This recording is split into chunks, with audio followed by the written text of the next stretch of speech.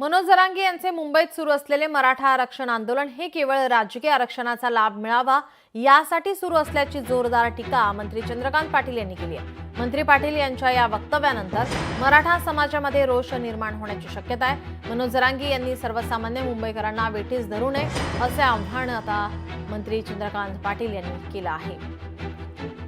मनोज दादा जरांगेंना असं आव्हान करेन की हे खरंच आहे की आपल्या काही मागण्या आहेत त्या मान्य झाल्या पाहिजे, त्यासाठी आंदोलन केलं पाहिजे, लोकशाही पद्धतीने केलं पाहिजे। तुम्ही लोकशाही पद्धतीनेच करतात, पण आपल्या मागण्या मान्य करताना दुसऱ्याची अडवणूक होणार नाही। समजा तुमचं भांडण सरकारशी आहे तर ते भांडण सोडवण्याची सामान्य मुंबईकरांना वेठीस धरणं ही काही कार्यपद्धती असू शकत नाही। त्यामुळे माझी विनंती अशी आहे की आता सगळी जी चालली आहे धडपड ती पॉलिटिकल आरक्षणासाठी चालली आहे। आम्हाला गावचं सरपंच व्हायचं, पण व्हा ना, कायद्याच्या चौकटीत व्हा, नाही तर व्हाल आणि 6 महिन्यांनी कॅन्सल होईल। मंत्री विखे पाटील यांनी मुख्यमंत्र्यांची भेट घेतली।